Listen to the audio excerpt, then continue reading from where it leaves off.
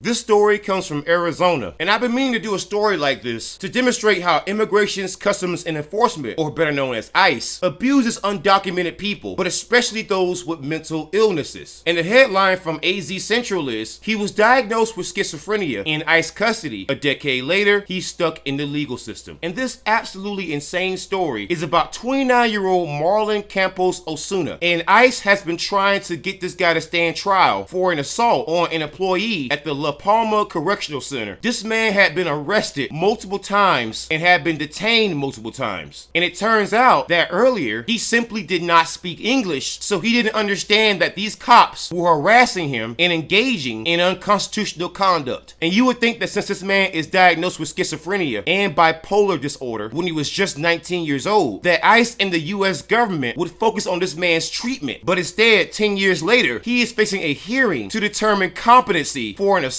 when this man's rights were being violated, thus explaining why he was assaulting people. But they're having this hearing not to see if this man could get some help, but to see if he could stand trial for an assault that was a year ago. And what makes this story even more disgusting is that a judge ruled that Campos-Osuna was incompetent, but his competency was somehow restorable, meaning that his mental health could be managed, where he could somehow assist in his own case and understand the proceedings, which you might say sounds absolutely insane for somebody who has been ruled incompetent, has schizophrenia and bipolar disorder, and is not from the US. He first came to the US when he was just 13. He had dreams of being someone famous, and you could tell from this picture and the way that he dressed. When he reached closer to adulthood, he started experiencing symptoms due to his mental health conditions. The man was clearly mentally ill because whenever police would show up, he would run and was confused while thinking that he was still 16 and living with his uncle. And so law enforcement, instead of seeing that this man is clearly mentally ill and needs help, they just arrest this man over and over and over again because he's an immigrant and Americans won't care about a brown person. This story is disgusting from beginning to end, and it shows you how our court system destroys people's lives, but especially people who are the most vulnerable.